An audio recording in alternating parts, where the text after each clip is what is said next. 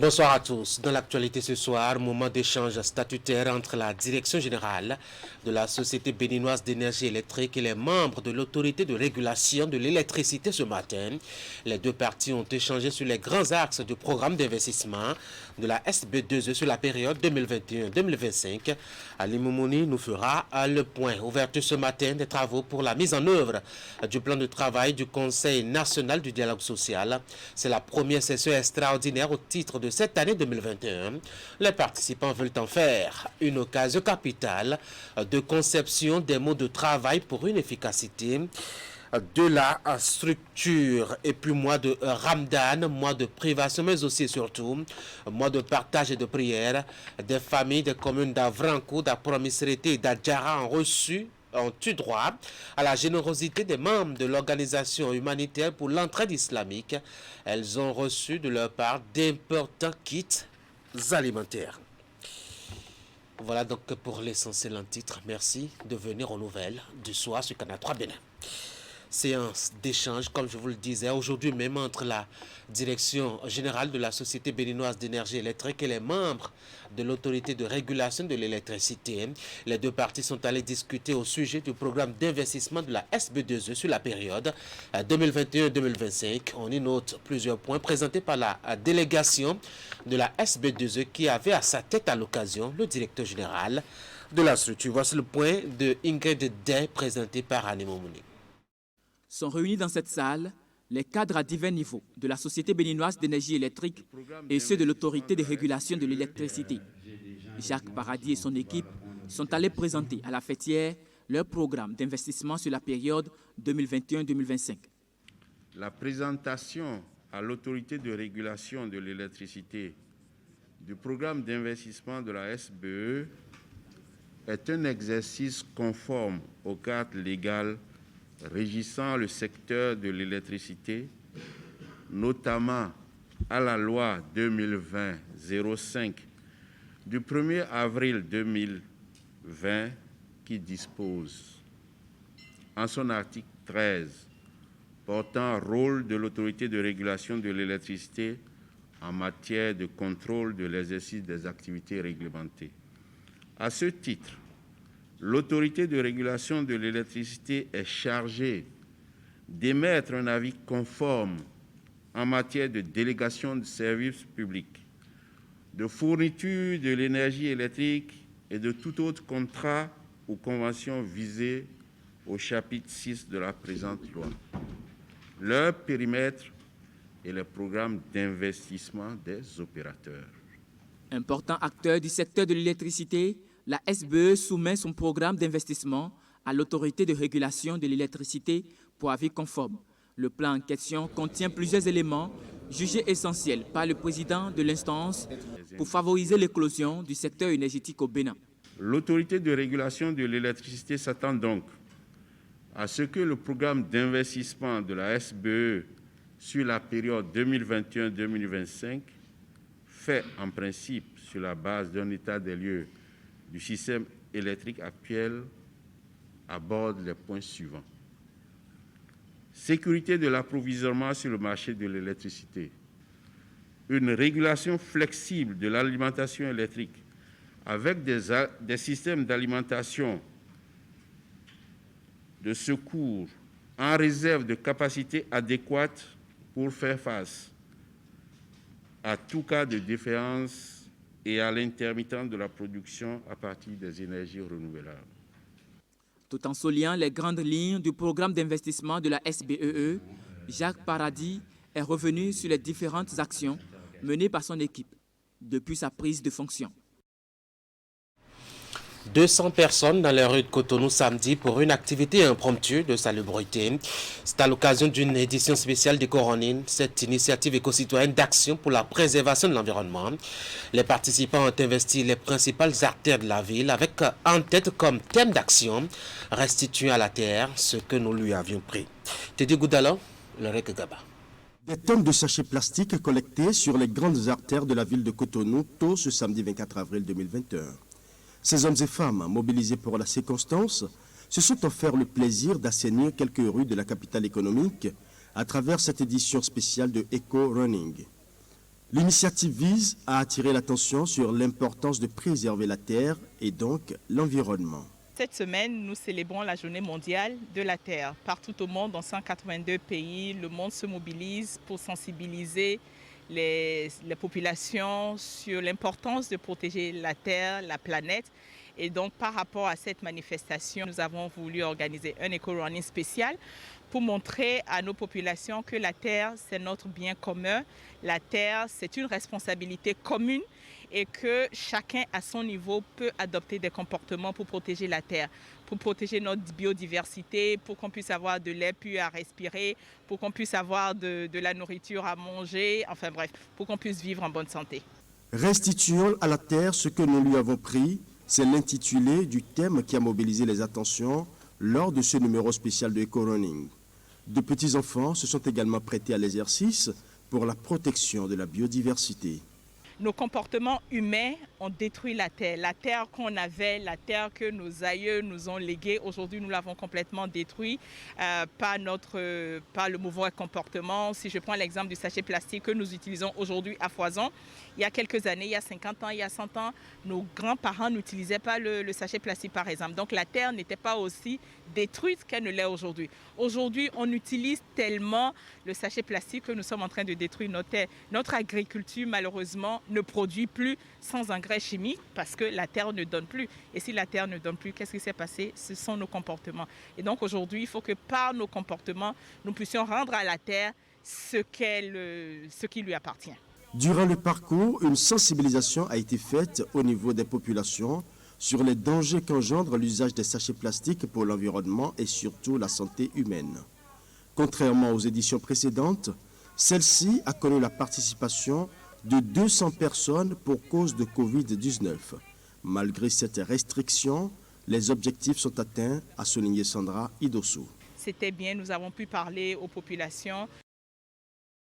Toujours dans le domaine de l'environnement, cette fois-ci du côté de l'assainissement. Vous connaissez le projet Grand Nokoué dont un des volets reste la collecte et la gestion des déchets dans certaines villes dont Cotonou. Voici un bout de temps maintenant que cela est mis en œuvre avec des impacts diversement appréciés aussi bien par les acteurs de la mise en œuvre que par les bénéficiaires. Au Portune Glélé et à Sirmo Kanya, Sirmo, c'est allé constater le travail qui se fait actuellement.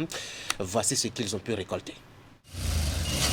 C'est avec cet tricycle que la Société de gestion des déchets et de la salubrité du Grand Nokoué accomplit sa mission, celle de rendre les villes propres. L'exercice constitue pour ces agents de parcourir chaque quartier pour procéder au ramassage des ordures dans les ménages. Pour ce qui est du respect de la promptitude dans la collecte des ordures ménagères, Badou Madoré, un habitant de Figuerossé à Cotonou, n'a aucun reproche à faire aux agents de la SGDS. Vraiment, elle le félicite beaucoup. Chaque fois, il vient régulière, il ne demande rien, il vient prendre ce qu'il se doit. Et puis, quand même on n'est pas là, il ramasse aussi les poubelles propres. Vraiment, on le félicite beaucoup, vraiment. Il ne demande pas l'argent. Il n'a jamais demandé l'argent. Des fois, il peut venir 2 fois ou 3 fois par semaine. Ouais, il vient régulière, vraiment. Il travaille propre, il n'y a pas de problème. Là, vraiment, on le félicite beaucoup. Dans le souci de rendre la ville de Cotonou propre, la SGDS ne se contente pas seulement de la collecte des ordures, mais elle a mis en place tout un processus pour la gestion des déchets. Nous avons des camions qui disposent d'un bras articulé de levage qui permet de prendre et de déposer les bacs que vous voyez derrière moi, que nous appelons des caissons de 15 mètres cubes. Donc, ces camions dont dispose la société viennent prendre une fois remplis. Il y a un agent ici que nous appelons APR. Donc, une fois à 3/4 remplis, ces agents informent déjà et un camion se met en route. Vient prendre les bacs là et maintenant vont cette fois-ci sur les centres de transfert pour les déposer. Avant que les déchets ne quittent les points de regroupement pour venir au niveau des centres de transfert, il y a un tri qui se fait avec soit des éboueurs, soit des femmes assez organisées qui sont sur les points de regroupement, qui récupèrent systématiquement tout ce qui est réutilisable avant que ces déchets n'arrivent au centre de transfert. Donc des centres de transfert, nous convoyons le reste des déchets vers les centres d'enfouissement technique. Dans son autre mission d'assainir les villes du Grand Nokoué, la Société de gestion des déchets et de la salubrité est appelée à faire face à des difficultés. Face à celles-ci, des solutions sont prévues. Les difficultés que nous avons, c'est lié au centre d'enfouissement. Aujourd'hui, les cellules sont remplies. Nous sommes en train de vouloir construire de nouvelles cellules et en période de pluie, souvent nous avons quelques difficultés d'accès à cette cellule. Les dispositions sont prises pour qu'effectivement nous traversions cette saison de pluie parce que les études sont en cours pour la construction de nouvelles cellules. Des dispositions sont mises en place par le gouvernement pour une meilleure gestion des déchets par la dite société. Pour l'heure, des efforts restent encore à fournir afin d'améliorer davantage le quotidien de la population. On va parler politique maintenant. Au parti Moël Bénin, on solde les comptes au sujet de la présidentielle. Les militaires responsables de ce creuset sont allés échanger ce week-end à Tori-Bosito. C'est la deuxième fois cette année que le parti s'assoit ainsi pour faire le point de ses activités. Nagui Balagbe, Moufid Sawon.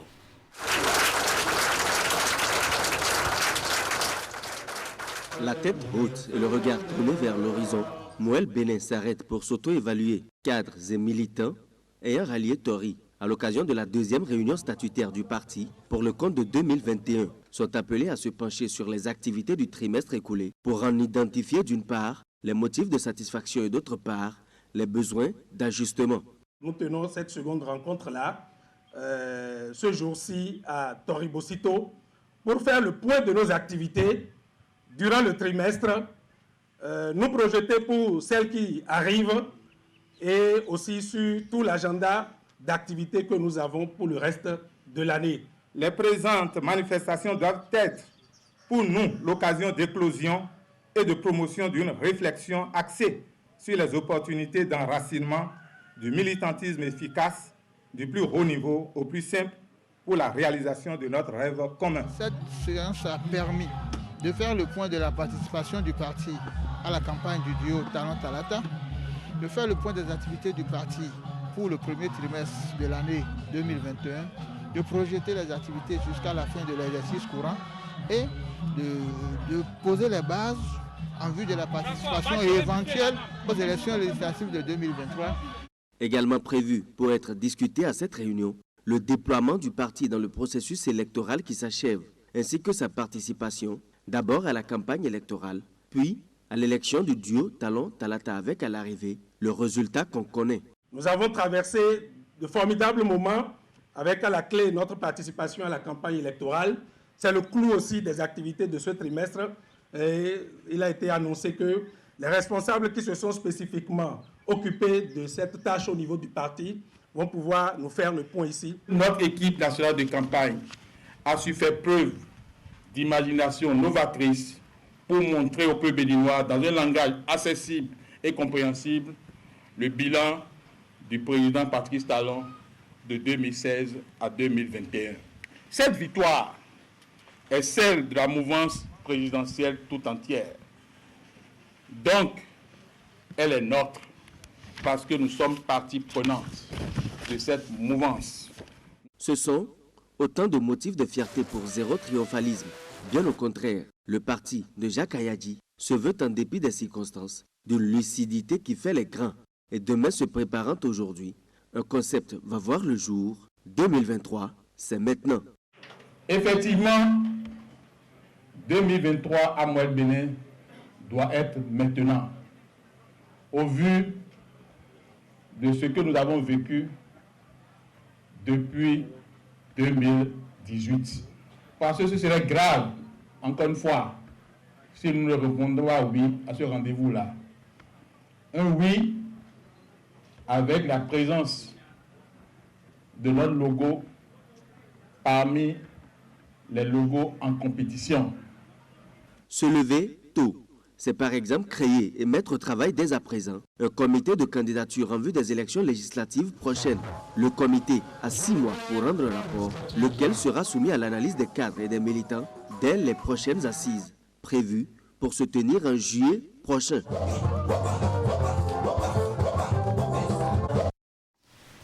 Moment d'échange aussi au Conseil national du dialogue social. Le CNDS a ouvert ce matin à Cotonou sa première session extraordinaire au titre de l'année 2021. C'est pour discuter de la mise en œuvre de son plan de travail annuel. C'est aussi pour atteindre une efficacité maximale de la mise en œuvre de ces actions prévues au TPA. Ali Moumouni, Moufid Sabo. La question de l'amélioration des tests fondamentaux du Conseil national du dialogue social continue de meubler les débats à chaque rencontre des membres du CNDS. Pour cette première session extraordinaire, au titre de l'année 2021, ils procéderont à l'étude et à l'adoption de la répartition des propositions pour son amélioration. Il est également prévu au cours de cette session l'étude et l'adoption des termes de référence de l'atelier de réflexion sur le thème « Le dialogue social au service d'une fiscalité de développement ». À ce niveau plus particulièrement, il s'agit de satisfaire à l'une des recommandations de l'atelier de réflexion organisé du 23 au 25 octobre 2019 sur la fiscalité de développement, qui a conclu que cet objectif ne peut être atteint sans tenir compte de l'équité sociale et de l'élargissement de la base fiscale qui ne saurait être réalisé que par un dialogue social franc et constructif avec les acteurs du secteur. Nous aurons à étudier le projet de thème de référence dont la réalisation bénéficiera de l'appui financier de notre partenaire, la CNV internationale. La présente session du CNDS s'étend sur 5 jours et prendra fin le vendredi 30 avril 2021. Installé depuis près de 4 ans, le Conseil national du dialogue social œuvre pour l'instauration et le maintien de la paix sociale. Et dans cette mission, le président du Conseil revient sur les événements qui ont marqué la période électorale. Je salue les principaux acteurs de cette œuvre qui témoignent une fois encore de la maturité du peuple béninois. Toutefois, je déplore et condamne les dérapages et l'incivisme de certains concitoyens qui ont créé des situations très regrettables en allant jusqu'à s'attaquer à certains piliers de la République. C'est pourquoi j'invite instamment les acteurs de tels actes à prospecter d'autres voies de contestation que celles basées sur la violence inouïe. Notre souhait donc est que le dialogue soit le seul moyen de recherche de solutions à toute situation conflictuelle. Encore des moments de discussion, cette fois-ci entre les responsables du Centre national de sécurité routière et les chefs d'établissements scolaires secondaires du département du Zou. La structure qui veille à la réduction des accidents sur les routes y est allée parler des procédés adoptés pour assurer une sécurité pleine aux apprenants sur le chemin de l'école.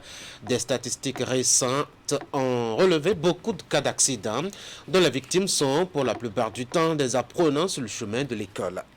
Hélène Amoussou pour le point. Les routes de notre pays tuent. Chaque année, 700 Béninois subissent les affres de l'insécurité sur les routes.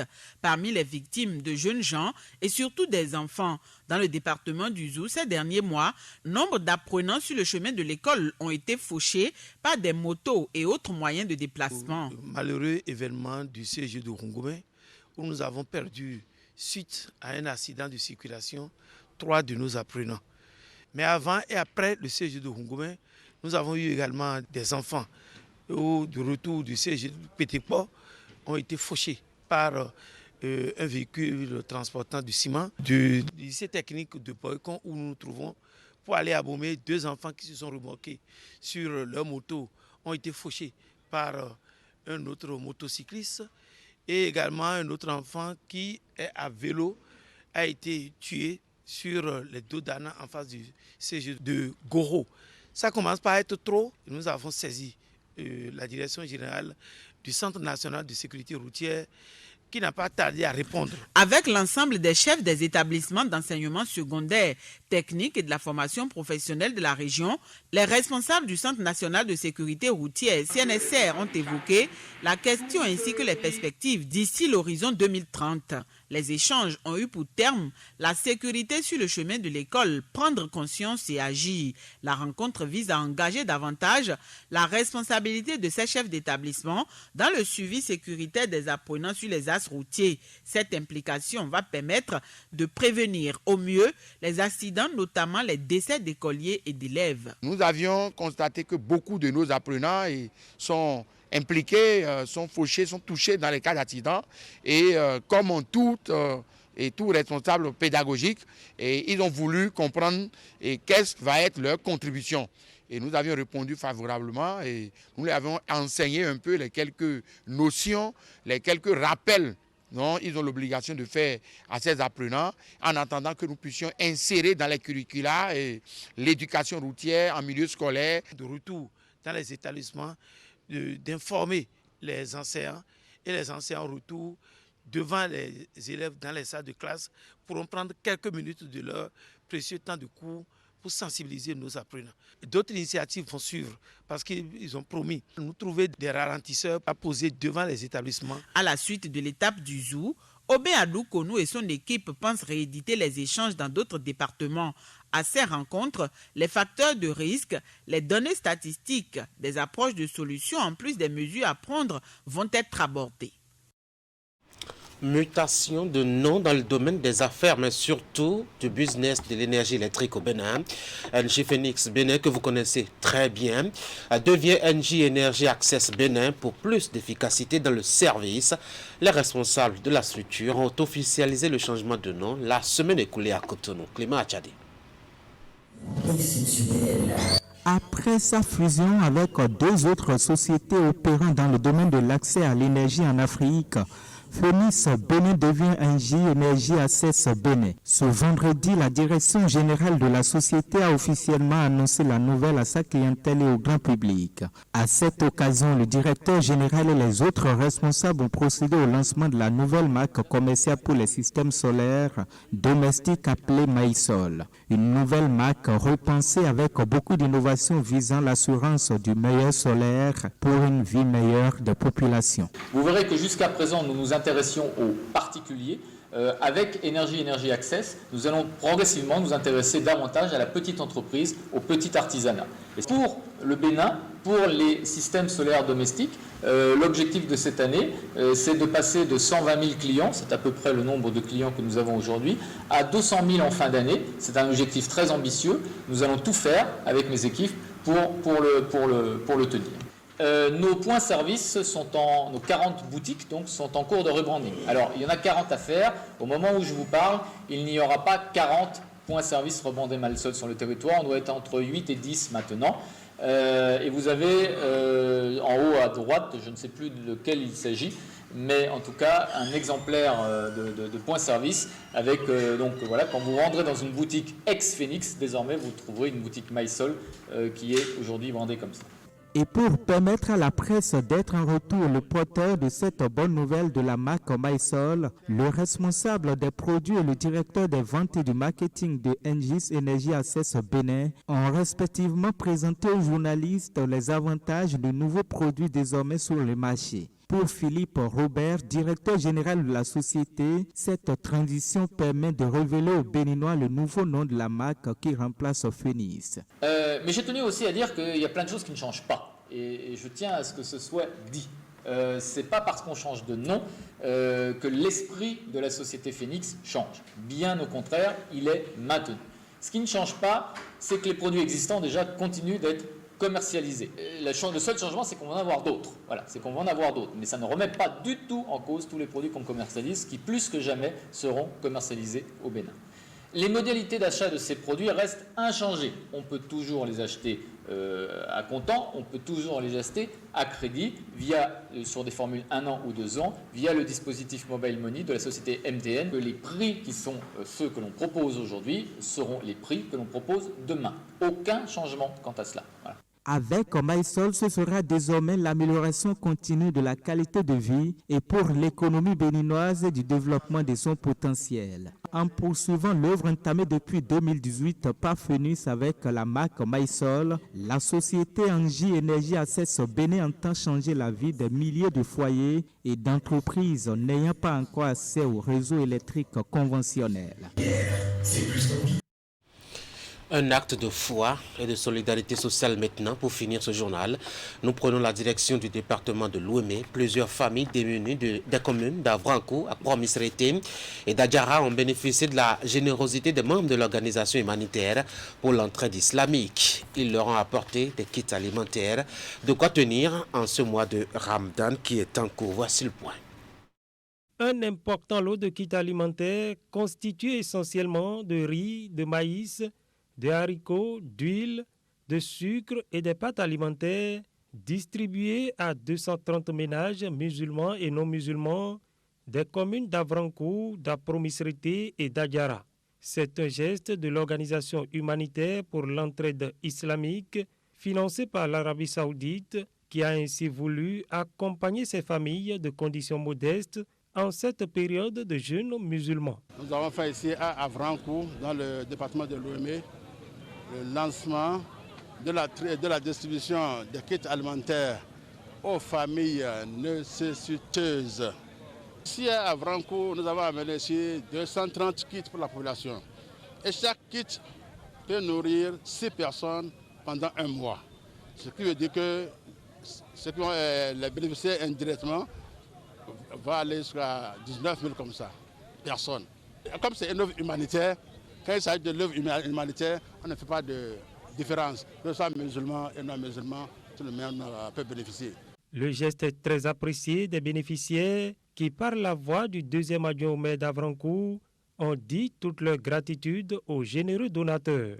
Je tiens particulièrement à remercier le gouvernement saoudien pour ce don à travers l'ONG Organisation Humanitaire pour l'entraide islamique. Mesdames et messieurs les donateurs, la commune d'Avrancourt et les communes sœurs sont reconnaissants de ce geste inoubliable qui va soulager les bénéficiaires. Chers donateurs, sachez qu'un bienfait n'est jamais perdu.